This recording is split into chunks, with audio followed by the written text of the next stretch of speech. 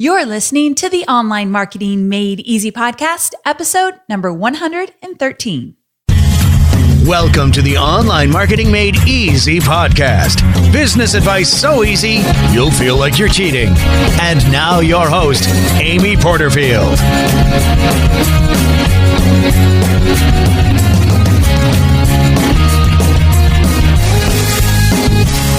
Welcome back to another episode of the Online Marketing Made Easy podcast. I'm your host, Amy Porterfield. Thank you so very much for being here. Now, today's episode is part one of a two-part series, and we are going to talk about creating your sales page, something that truly can make or break a launch. And I talked to my team about this, and we all agreed that there's a lot to cover that I actually wanted to break it up into two episodes. The first episode is going to be all about the art of creating a brilliant sales page. And I'm going to share with you what I've actually learned from my own copywriter, Rye Schwartz, about getting into the mindset of your perfect ideal customer, how to speak to them, what needs to be discussed, how to lay things out in a way that they really feel that you get them, that you're talking directly to them, and this is exactly what they need to hear. And then next week, we're going to transition into part two, which is the science of a brilliant sales page. And in that episode, I actually brought in, I already recorded it. I did this a little bit backwards. I brought in my good friend, Melanie Duncan. And the reason I did that is because Melanie knows a lot about sales pages. She knows what goes into them, why to set them up in a certain way, like there's a flow to your sales page. She knows the core elements that need to be in that sales page. I have seen many high converting sales pages that Melanie has created, and I thought she'd be perfect to bring onto the show to talk about all of those elements and get really into detail into the most important ones. So that's going to be in next week's episode, number 114. So today we'll talk art, next week we'll talk science, and really you're going to get a complete picture of how to create a brilliant sales page. Now, when I talk about the art of a sales page today, I'm going to give you 4 questions that you need to ask yourself before you even sit down to start writing the copy for your sales page. And I'm also going to give you the 4 core points that every sales page must include. Now, because I'm going to give you so much information, I don't want you to be taking copious notes, and you're likely busy doing something. You might be working out right now, or on a train, or in the subway, or whatever you're doing. You don't got time for notes. I get it. So what I've done is I've taken those 4 questions and the 4 core points of every sales page, and I put them into a 1-page cheat sheet. So I've already done the heavy lifting for you. It is waiting for you right now. I want you to go to amyporterfield.com/113 download, or just text the phrase 113 download to the number 33444. So either go online or text me. I'll send it to you right away. Now, a quick word of advice. If you're anything like me, you might think, oh, I'll just wait to grab it when I'm ready to write my next sales page. I don't want you to do that because, like I said, if you're anything like me, you're going to totally forget what episode to go back to get this free cheat sheet for your sales page creation. Do it now, save it, and then it will be ready for you when you need it next time. So again, amyporterfield.com/113 download, grab it, save it, use it when you actually really need it for your next sales page. Okay, now one more thing before we dive in, a quick word about this week's sponsor. Before we dive in, this episode is sponsored by FreshBooks. Now, I absolutely love sharing knowledge about how to grow your business, but having the right tools in place to manage your growth is also key, which is why you need to know about FreshBooks if you are currently a freelancer, a coach, or a consultant. Now, FreshBooks is cloud accounting software helping over 5 million people feel less stressed when dealing with their admin and paperwork for their small businesses. You can use FreshBooks for invoicing, late payment reminders. You can get project deposits up front with FreshBooks, and they will track your expenses. So if you go into a restaurant, use your business debit, you'll see it magically appear in your FreshBooks transactions right away, which is pretty cool, right? And that's only a tiny fraction of what FreshBooks can do for you. So to experience the full power of FreshBooks totally free for 30 days, go to freshbooks.com/Amy and then enter Amy in the How Did You Hear About Us section. Simple as that. Okay, so let's now dive in to the art of a brilliant sales page. So what's our ultimate outcome of a sales page? To sell, right? But what if we took that to a deeper level? When I asked my copywriter, Rye, this exact question, this is what he said. The ultimate outcome of a sales page is to coach the reader to become your client. In other words, to coach them from being just a semi-interested bystander to someone that was totally engaged with you. Rye also said, I want the reader to feel incredibly empowered in the decision to become a buyer. And I also want them to feel forgiven of any of their missteps along the way. Oh, this is good. Be forgiven of the missteps along the way. Now, I'm not going to get into that just yet. That's a teaser for you. But when I get into those 4 questions that you want to ask before you start to write, I'm going to get into detail about this idea of forgiveness. So I'll come back to that for sure. But basically what Rye is saying is that when he puts together a sales page, it's never a slimy sell. It's all about coaching. It's a conversation. It's a give and take where you have their best intentions at heart. Now, at the end of the day, you want your potential customer to feel like this product, program, or service will help them shape a better version of themselves. Now, to achieve this, I want to talk about a 4x4 formula. The 4 questions you must ask before even starting to write a single word for your sales page, and the 4 core points to keep in mind once you're ready to write. So let's start with those 4 questions. Now for Rye, he doesn't even start writing his sales page until he spends a good day outlining his sales page. And I love that idea. If you're part of my Courses That Convert program, you know that I have you spend 7 full days, not every hour of the day, but 7 full days creating an outline for your course. And so if now we're talking about the sales page to, let's say, sell your course, I want you to spend at least 1 full day outlining your sales page. And I want to emphasize this because Rye, just like many good copywriters, spend a lot of time on the outline, the flow, the structure, before they ever write a single word. Now, when you're building your outline for your sales page, I want you to ask yourself these 4 questions to really get a sense of what that sales page is going to do for your potential customer. The first question, and this is kind of an easy one for most, what's the core problem here? What about your course or product or service are you solving in terms of a challenge or problem or issue? And it might actually be a core desire that you are presenting. So it might not come to you as a challenge. It might mean that your audience wants something desperately bad, this desire, and you're giving it to them through your course, service, product, whatever it might be. But ultimately, most people are looking to solve a problem with the product that they've created. And you need to get really clear about that. So if you're not clear, I want you to sit down and figure out what it is that you are solving in terms of a challenge, problem, or what desire are you fulfilling. Question number 2, what steps has your potential customer already taken to try to solve this problem?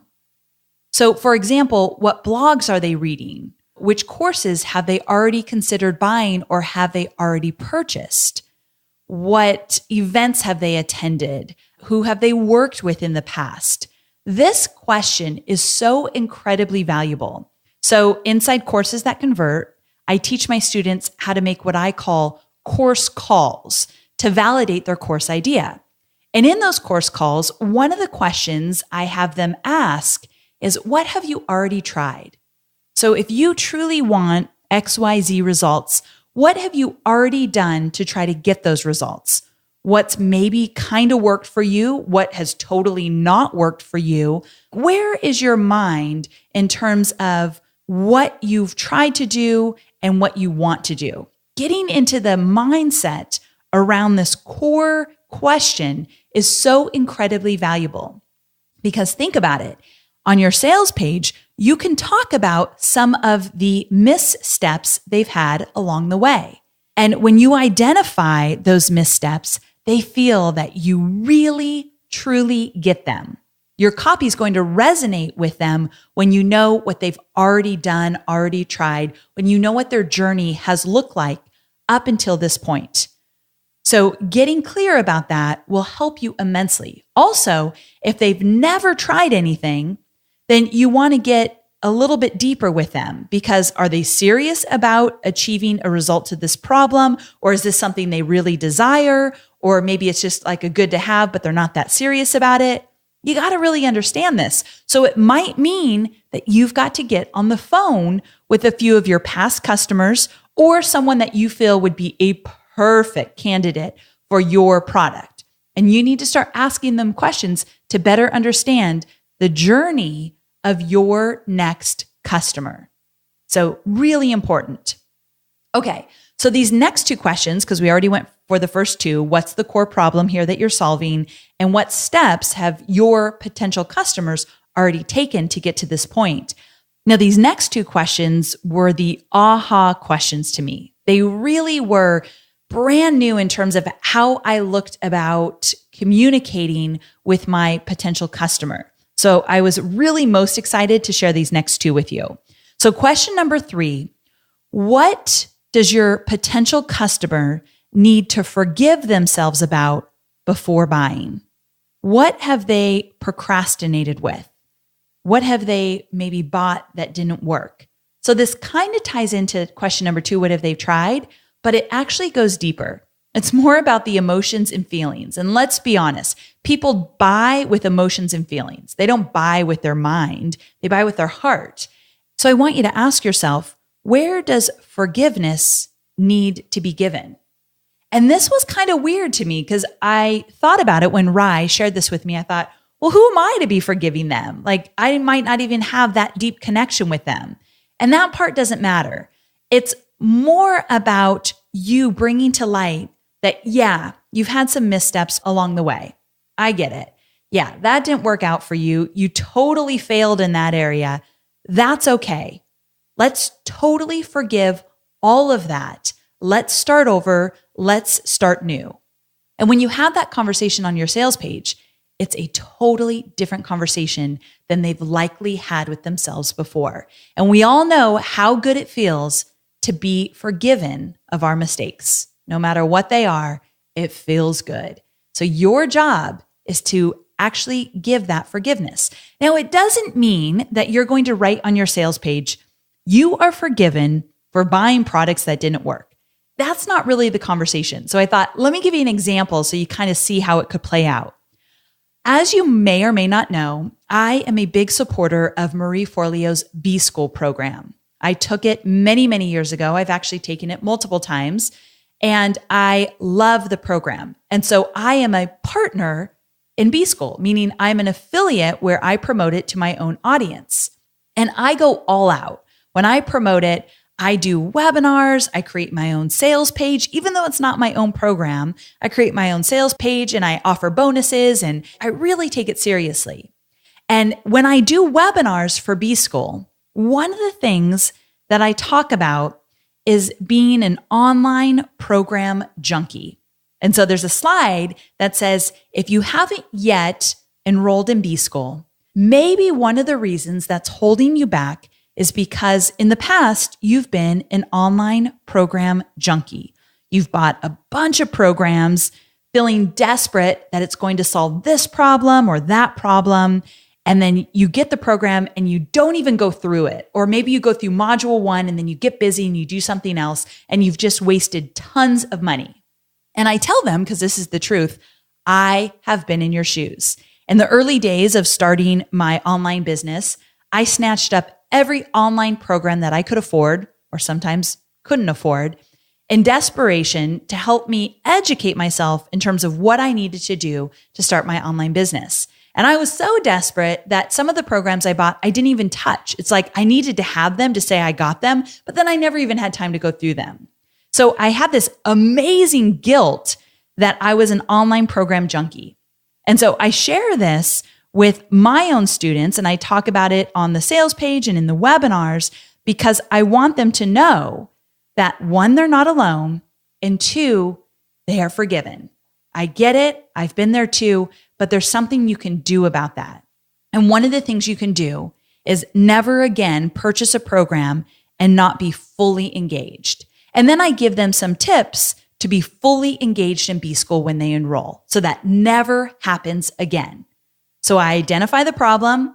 I let them know I've been there before because that is the truth. And in not so many words, I forgive them for doing exactly what I did too.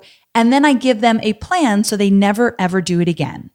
So that's like an example of forgiving your students for their missteps. And there's a lot of missteps that people are going to take before they ever get to the point of wanting to buy your product, because we're all human. So identify those. And maybe that means you need to do a little bit more research. Maybe that means you need to get on the phone with some potential students of yours and hear their story. I think I talked about this in another podcast episode, and I can't even remember when I would have talked about it, but I talked about how my dad, when he would drop me off at elementary school, he'd say, "Okay, Amy, it's better to listen than to talk." And when we're talking about these calls that you might have with potential students, definitely listen more than you talk, because even if there's some awkward silent pauses, if you don't push the conversation, they'll start telling you the things that they don't typically like to share, because they're going to feel a little bit safer if you're a little bit more patient with them and you don't push the conversation. So listen more than you talk. Okay. So number 3 was good, right? This whole idea of forgiveness and missteps and pointing them out and being really raw and honest on your sales page, that's going to change the game considerably. But there's one more question that I want you to ask. And that question is, how can you make them feel good about something they previously were hurt about? So buying the course gives them access to complete that healing process and even empowers them to move forward. So let me give you an example. A lot of my examples come back to Courses That Convert because I just finished the program and we just launched it. But for Courses That Convert, I had to forgive them for starting and stopping a bunch of times with creating their course. So when we go back to question number 3, the forgiveness on that sales page was about the fact that many of my potential students had tried to start and complete a course and they never got to the finish line. They might have an outline or a title and a logo or a half-finished outline, and then maybe they recorded a few videos, but that's as far as they have gotten. So I had to forgive them for the fact that they've tried this and they just never have gotten to the finish line. And then for question number 4, how can you make them feel good about some of those missteps, is that I said, I created this course with you in mind. It's all about getting to the finish line in 60 days. There's no shame in not finishing what you started if today you start new. And if you start with an actual roadmap that will get you there. You didn't have a roadmap before. You didn't know how to get to the finish line. So forgive yourself for not getting there. Now I'm going to make you feel really good about some of those past hurts because I'm going to give you the roadmap and you're going to get there. So you see how that kind of works its way in? So there's some really cool elements that if you think about these things before you actually start to write your sales page, it almost becomes a whole different kind of conversation. It's not the cookie cutter, here's what I have to offer you. Here are the benefits of the program, the features of the program, and now buy. It's a different kind of conversation. Now, does it sometimes mean that it's a longer conversation, maybe a longer sales page? Yeah, possibly. And in the next episode, number 114, which is part 2 of the sales page series, we're going to talk about the length of a sales page. Does it need to be really long? Can it be really short? You still get to the point? We'll talk about that next week. So don't worry, we'll get there. Now, once you have answered these 4 questions and you start to outline your sales page, I want to make sure that you focus on what I'm calling the 4 Ps. So the problem first, we actually went over that already, but I want you to also paint a picture. I want you to put your story out there, and I want you to pounce on objections. Now, I use the word pounce because that was the fourth P. I couldn't figure out how to work it in there. Have you guys ever done that where you really want it to fit? So the word's a little awkward, but we're going with it. So let's go over these 4 Ps. Number 1, it's all about the problem. So always, always, always talk about the problem first and your product second.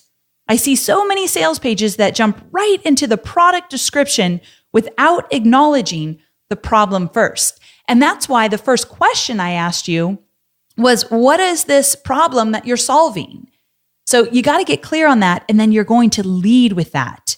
So I want to share with you an example from my List Builders Lab program. So pretty early on in the sales page, I ask what I call the $1 million question and why I still cringe when I hear it. So I'm just going to read this little ditty to you because this is all about starting with the problem. This is what I said. You've probably been asked this dozens of times, maybe even hundreds, by business coaches, potential partners, mastermind groups, and concerned spouses. They ask it with the best of intentions. But even still, it can land like an A-bomb to an entrepreneurial's fragile psyche, especially when you're already skating on thin ice, unsure how many more hits you can take before the ice cracks and you have to fall back into whatever world you just left behind. So what's the question? How many people do you have on your list? Still makes me want to slip into my invisible cloak and dig myself a deep digital hole. And maybe you too can relate, because in my mind, there's no question more anxiety-provoking for an online business owner in their first few years than this one. It's a question that can make you feel like a total fraud, or in my case, a flat-out failure. And I still remember the first time I got asked it. And then I go on. Now, Rye helped me write that, so that wasn't just all me. But Rye and I work closely together in terms of him understanding where my audience is starting. And for a list building program, I started with the problem, and that is that you want to cringe when people say, well, how many people are on your list? So we painted that picture, which is number 2 of the core points I want you to pay attention to. So you start with the problem and then you paint the picture. And that's exactly what we did here. So when you paint that picture, you really get into their world. And I don't know about you, but even when I was reading that, I could feel it. You know, I love the part where we say that you even get asked this question by a concerned spouse. I remember it wasn't my spouse, but my dad. I'll tell you guys a quick story. When I first did really, really well with one of my big promotions, like I think it was almost $1 million. And I shared that with my dad. And I don't know if you guys have had the experience of sharing successes about your online business to people that are not in the online business world. But when you start to do really good, they're like blown away. And so for my father, who's blue collar to the bone, you guys know he's a firefighter for most of my life, and he never really made the kind of money that you can make online. But he's always cheered his daughters on, my sister and I, to do well in business. So when I finally sat down with him, because he wanted to understand like what my business looked like, and this was many years in, I shared with him how we had almost made $1 million with a big launch I did a few years ago. And he looked at me, first of all, like I was crazy. Like, what do you mean? Is this legal? What are you doing? Like, he was very concerned. But then he had me explain to him how the business worked. And I said, well, Dad, as I grow my business, one of the most important assets in an online business is your email list. And you constantly want to be growing your email list and then nurturing those that are on your email list. So I took him through this little tutorial about what that was all about. So now when my dad calls me, and this was years ago, he'll ask, how's work going? How's business going? I'll say, really good, Dad. Things are going great. Well, are you still nurturing your list? Are you still growing your list? Like, that is his number one question from a concerned father, because he understands now that as my list grows and as it's nurtured, I will continue to do well in business. So I just wanted to share that with you guys, because when I think about concerned spouses or concerned dads asking you about your email list, that's when they start to understand like whoa, this is important stuff. We got to build that foundation of the business so you can do well. So that's my little story for you. But getting back to these 4 Ps, you're going to start with the problem, and then you're going to paint the picture. And that's kind of what I just showed you there, reading that little ditty from my sales page. That's exactly what I did right from the get-go. Like right when you go on the sales page, you scroll down a little bit and there it is. Now, the 3rd P is all about putting your story out there. So when you tell your own story, make sure it's in a relatable way and not about a piece where you're bragging about your accomplishments. So I want you to be really honest and really real.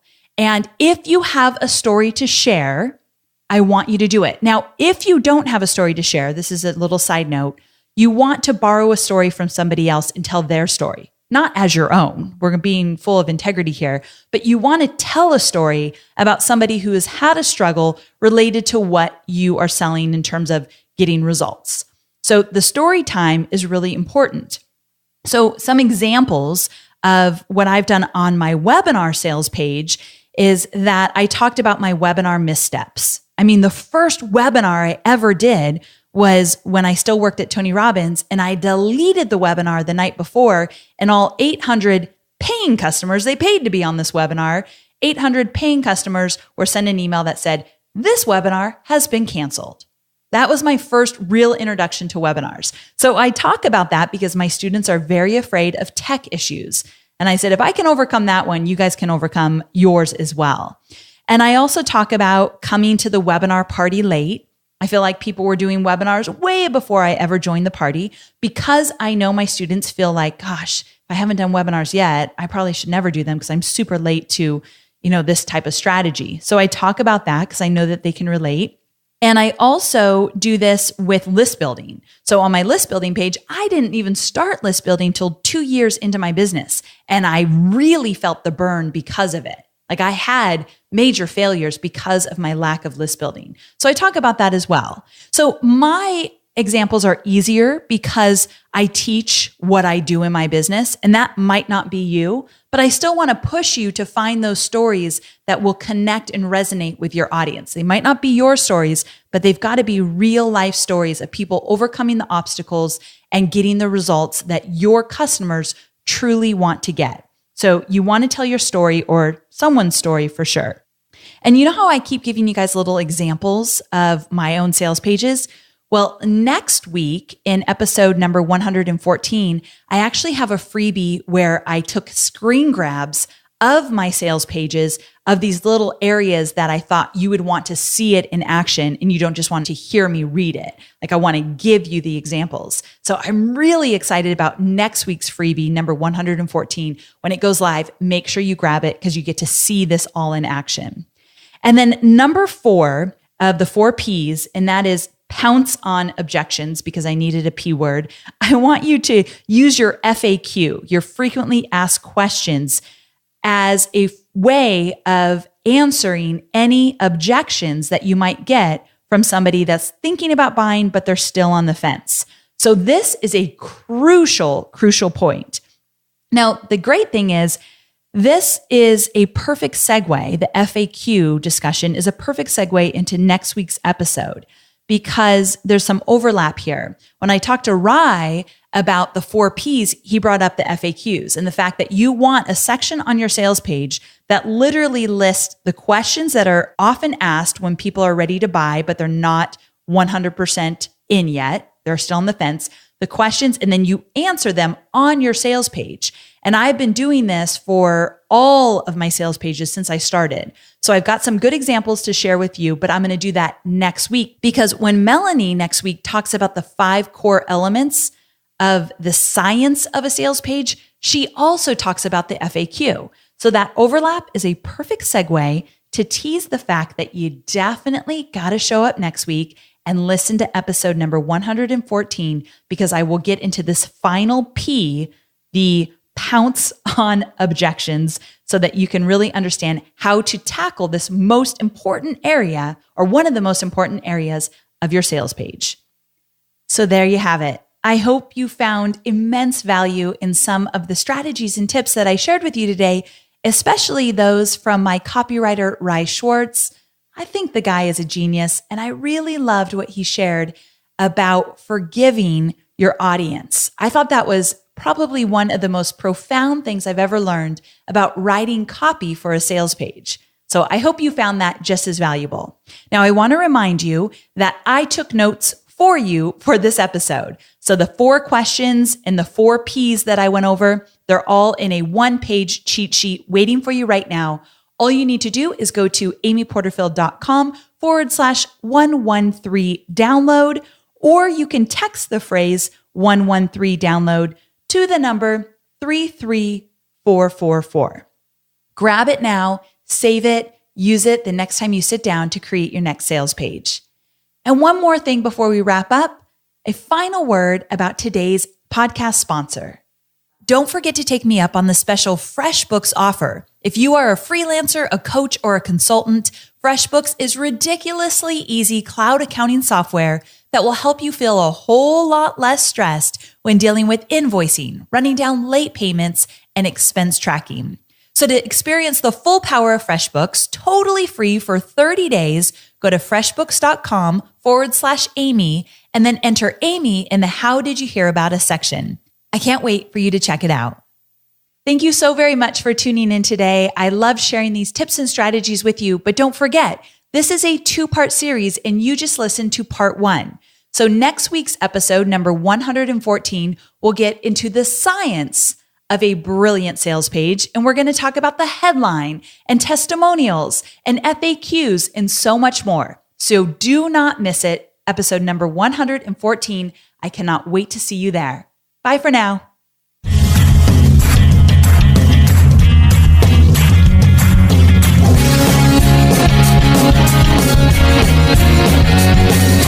Thanks for listening to the Online Marketing Made Easy podcast at www.amyporterfield.com.